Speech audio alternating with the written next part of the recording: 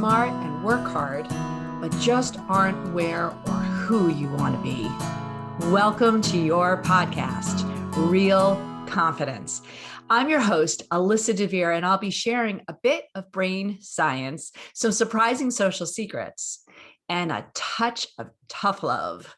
Why? Because I believe confidence is everyone's fundamental right and choice. So let's get to it. I can't wait to get into this conversation because not only is it going to be totally honest about the way I feel about going to the gym and feeling like I am the fattest person there every day, every time, but I'm excited because I have with me somebody who I absolutely treasure. Caroline Dawson is in the house. And we've known each other, Caroline, how many years now? I don't even know. I don't even know. 7 or 8, maybe. At least, yeah. We haven't aged a day during that time, but I think it has been that long. Oh gosh. Well, needless to say, time flies when you're having fun with somebody you love. And you are my personal group trainer, fitness trainer, but you've been doing group fitness training and just overall in the fitness world for even longer than that. Tell me a little bit about your background. Yes. So I've been teaching group fitness classes for almost 30 years, which blows my mind because it feels like, in front of the room, it's always the first time. But I have been in the industry. I have done some personal training along the way. I have been a full-time trainer for a very long time and group exercise instructor. And when I met you, I was relocating from New York City up to Massachusetts, love Massachusetts, and kind of shifting gears that way. I work for spinning as a master instructor, traveling around nationally and internationally, certifying instructors in spinning. And I really just love working with people and helping people. I've been to a lot of different classes over the years. I started group training. I remember doing it in college, and that was like before they invented electricity, just saying. So it's been a long time. I've seen a lot of instructors, and this, I'm not blowing smoke at anyone. I only go to the gym once a week to see you because you're real and you bring it, and people are listening. They're not seeing us here. You and I can see each other on the camera when we see each other at the gym, but people don't know that I'm a very, what I would consider big woman. You are a tall woman and you teach spinning and stuff, and you're just real. You're real about yourself. You're real about everyone else. And I think that it's really unique when you have an opportunity to be in a situation that is completely confidence challenging. Like going to the gym is really wrecks confidence, mine and everyone else's. And you get there and you have somebody who's real like you. So first and foremost, thank you. Yeah. And second of all, talk to me, because I suspect, I know I do it to you, is because you're so real, you hear all the real stuff, real insecurities and otherwise from other people. So first and foremost, we walk into the gym. As you say, the heaviest piece of equipment is the door. So let's assume we got through that, right? The muscle men, the women kind of pouncing around in their matchy-matchy outfits. Lots of people who are like in really good shape are there. And here, I walk in and I feel like a big plump blueberry. How do most people feel? What do they tell you they feel like? I have a really good friend who is in the school of, I couldn't possibly go to the gym right now with you because I'm not fit enough to go to the gym with you, which just blows my mind because where do you build fitness? Where do you get fit? You get fit by going to the gym. It's like this weird catch-22, but that goes back to confidence, right? I don't want to go somewhere and put myself out there unless I know what I'm doing and can't be embarrassed and I feel good about what I'm doing and about myself. So I will say this, that everyone that walks in the gym has a different reason for being there. We all kind of feel the same fear in terms of intimidation with going into any group setting, but we also seek the same joy with what it can give us in terms of health and fitness and wellness and strength building and confidence boosting and everything else. So what's interesting is that so many of the muscle men or the perfectly placed Lululemon women who can like rock a matching outfit like it's no one's business, they also have confidence issues, right? They do. They have confidence issues. They have a whole different subset of issues, but we never think that because they're beautiful or they look perfect or they look like they know what they're doing. So I would say that it's so interesting as fitness has changed over the last 28 years of teaching.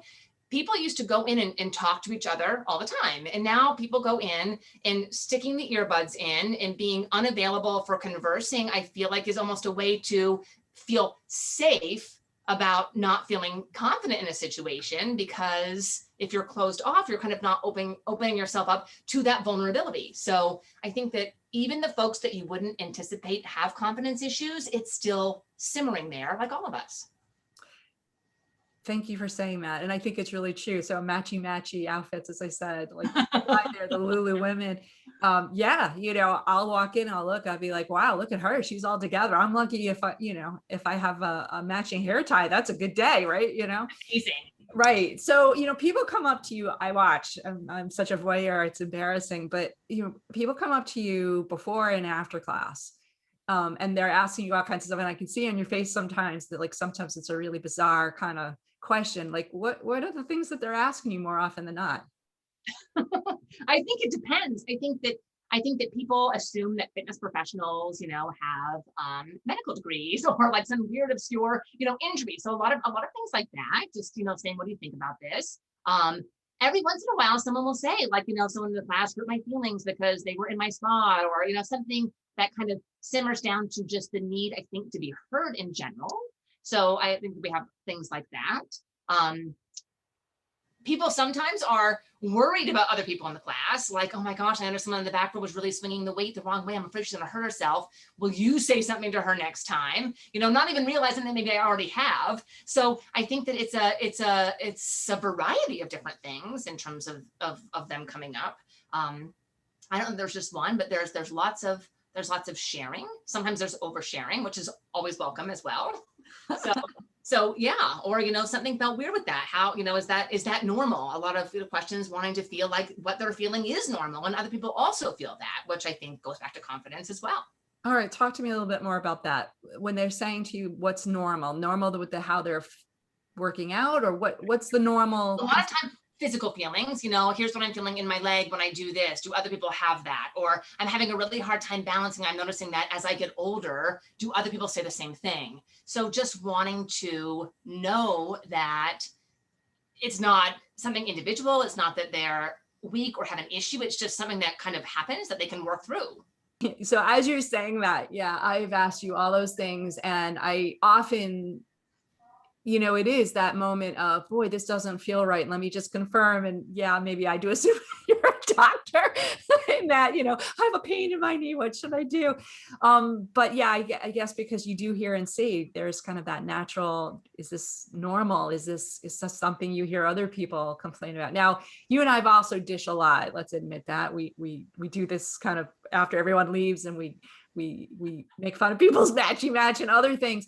But there's also often a lot of this drama that goes on, like cliquey stuff, right? Like women in particular, I can't say for men because I haven't had that experience. Doesn't mean they don't do it. But oftentimes there's these little gym cliques, groups that kind of gang up on others and so forth. And that's a confidence problem right there, right? I mean, it's so funny because where we exercise, when I first started teaching there, I felt like I was shut out of the cliques. I'm just like, hello, like I have the microphone on. Can someone please be my friend and talk to me? So yeah, I know that. And it's been so interesting because some of the women that I kind of thought were exacerbating this cliquishness, or kind of like the I always think of like the mean girls, like the queen bee, like that's what I think of, like the people that I thought of as being that, once I've had a chance to know them, are some of the most kind-hearted people, the most Christian people, the most caring people that would go out of their way for anything and anyone. And it's just interesting looking back.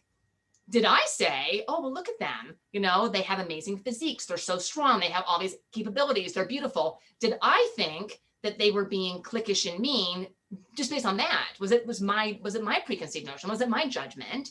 And looking back, potentially. It's maybe that's not that they're putting that off as much as that's what I'm picking up based on the kind of day that I'm having or where I'm coming from. Yeah, and I've noticed this in the years too. You walk in, say to a group class, and certain people will never say hello. They won't look you in the eye. And you can take that one of two ways, right? You can take it as like, I'm the outsider. but I've made a habit, and it's probably because I'm older and I'm a confidence crusader. I'll go out of my way to be like, that person's gonna say hi to me. Like I'll be like, hey, Absolutely. or hey, nice to see you, or those sneakers, they're rocking it, right? Like I'll just go out of my way. Now, truthfully, 99% of the time they will say hi back that day and for thereafter, because we do make that assumption that they're trying to close us out. In reality is they're just shy or embarrassed or don't have confidence themselves, right? Right. Totally true. Totally true. And I do find, in terms of like a typical, workout journey, how do you get through it? Everyone that I know that is 100% committed to the gym has gym friends. They have a subset of friends that is at the gym, people that know them, they know their names, care about them. They've exchanged information or numbers. Hey, so-and-so, I'm running late. Can you set my place up? Can you save my spot? Because I'll be walking in the room like right when class starts. They all have gym friends. So in terms of going to the gym, I would say some gyms are better at creating or fostering senses of community than others. Mm-hmm. Some classes are better at fostering a sense of community versus others. So I would say try a lot and find your place. I mean, maybe it's that you enjoy some kind of studio atmosphere versus big box gym atmosphere, or some kind of outdoor class in the park because you enjoy nature. But finding people that foster that, I feel like, reduce the risk of failure by a lot, because you have people in your corner, and increase your confidence. I'm currently in a yoga training right now with a group of 9 other women. So it's been so funny. We've been together for, 180 hours at this point. And at the first we were all on our best behavior, and now we're practicing, doing different types of handstands. This group is not invert, talking about myself. Like I don't go upside down, and I'm okay with that. But feeling like a big, what was it? A big blueberry, and like being willing to like be like, you know what? I'm probably gonna fall down here, but I'm gonna try go on my hands in front of a room full of women that some of them are in amazing shape, and being okay with it. It's just because we've had that trust from the hours and hours and hours. So I think that having friends that you can rely on, having that community, having those gym friends, I think improves confidence naturally, because even if you screw up, they're in your corner. Yeah, no, it's cool. It's cool. I totally get it. The reason by the way, I picked blueberries, like anyone who's a Willy Wonka fan knows the Veruca blueberry thing. And that's kind of what, sometimes I walk into the gym and I literally feel like I'm just, expanding in front of my very own eyes. It's in what you said about having kind of gym buddies and having a sense of belonging, right? That is at the core of every confidence conversation we have. We know from a brain science perspective and all, that's key to longevity. We know that people who walk with buddies even are more motivated. And truth be told, through COVID, I've been going to your class, this one class that you teach Wednesday mornings, and there are 3 of us in addition to you, right? The same 3 every week. Has been through COVID. We're spread out, like, gosh, I don't know, 30 feet apart at least, right? But there's the 3 of us, and I feel a sense of guilt literally by not going, because I don't want to let my buddies down. I don't know their names. I wouldn't know if they were literally sitting next to me in the movie theater, but I won't let them down, because they are, I feel like I know when one of them's missing, I feel like, what? So it's interesting how we play those little mind games with ourselves, and having that sense of belonging and fitting and being part of something. So, big question for you. It's hard some days without, you don't have that group, or even if you do have that group, get your butt out of bed to get to the gym. And I guess, if you don't have that group, you don't have that kind of coach like you do that will call me if I'm not there, right? Like, what do people do? What's the best advice you can give them to get motivated, get their confidence to just open that heavy door and get in there and just do your thing, blueberry or not? Blueberry or not, I have one of my favorite students of all times named Philip from New York City. I had him for years, and I do a lot of cycling training. So I would always talk about how, low end work that's not like high intensity training, work that's not crazy, gives you so much in terms of physical and fitness benefits. So don't forget that. I use that on the days that you don't feel like doing anything. I'm not saying that work out 7 days a week, but I'm saying if you typically go 3 times a week to the gym, and it's one of those 3 days and you feel like you just can't make it, think about what you can do that will make you feel good and confident. So maybe that is a 20-minute breezy walk on the treadmill. Maybe it is going into the mat section and just doing your own personal stretching on the mat for 15 minutes. Maybe even just in the privacy of your home, doing a meditation session for 5 minutes that you can focus on yourself. So think of something that always makes you feel good, that always gives more than it takes in return, and commit to that on the days that you don't want to do anything. So, okay, maybe it's 2 days a year. Maybe it's every single day, every single time. But over the course of the year, doing 3 times a week of something ends up being over 150 times a year of something. So that starts to add up. Will you feel different a year from now or 3 months from now? Yes. So just find something that doesn't intimidate, and remember that it's always better than nothing. Yeah. And the key word in there was decide, right? Because at the core of every confidence feeling, every confidence behavior is a decision to do a conscious decision. So just there, by making that conscientious, I'm going to do this instead of that, you've given yourself a little compassion. Good for you. That's part of the equation too. But like you said, making the decision and doing it, that should still give you a little bit of that dopamine hit to say, I did it, I'm accomplished. That's awesome. And it does add up, right? I think it does add up. So what I'm going to do, speaking of adding up, is I want to take a little commercial break, give our sponsors some love.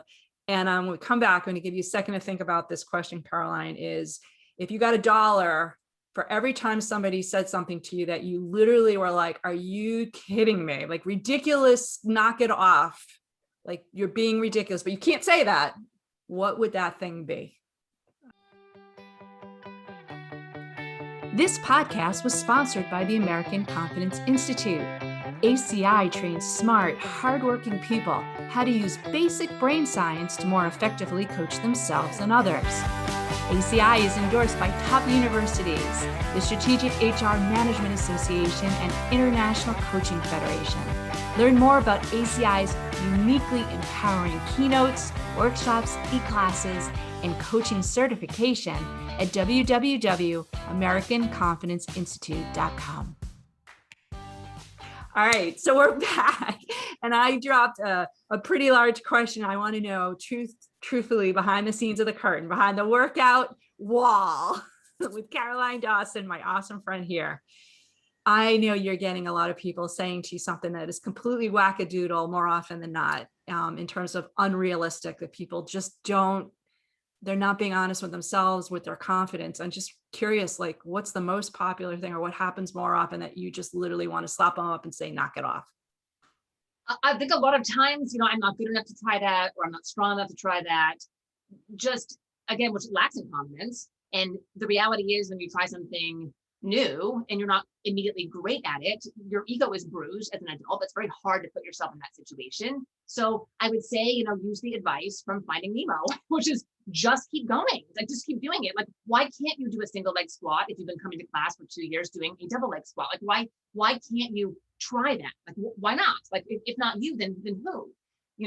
Maybe you stand next to a wall to do it, or find a way to do it. But just the assumption that I probably won't be okay, so I'm not going to try, I think is the one thing that drives me nuts. I mean, I've seen 75-year-old women do like these amazing acrobatic feats in yoga, and it's just like, what?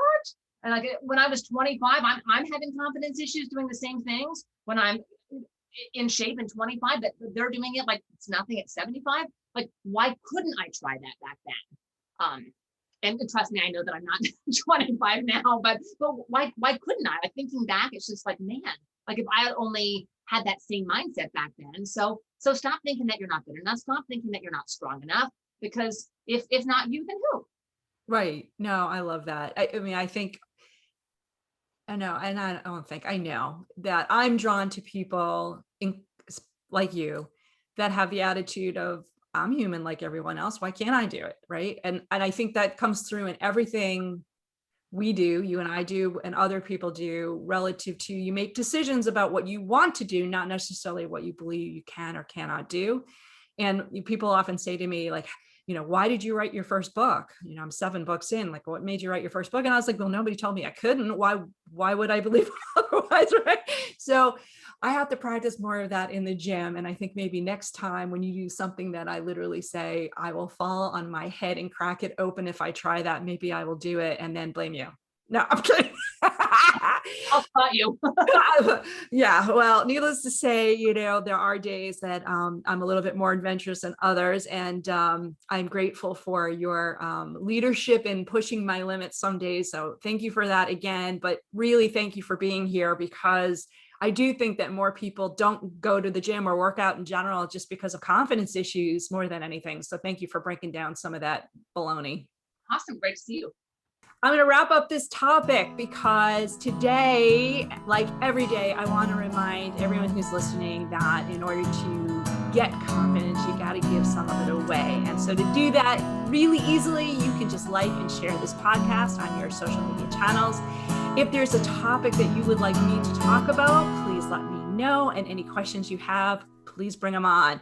So for now, this is Alyssa DeVere. I want to thank you for helping to bring more confidence to the world. This podcast was produced by Mindful Media. All rights reserved by Alyssa DeVere and the American Confidence Institute. Music written and performed by Jeff Weinstein.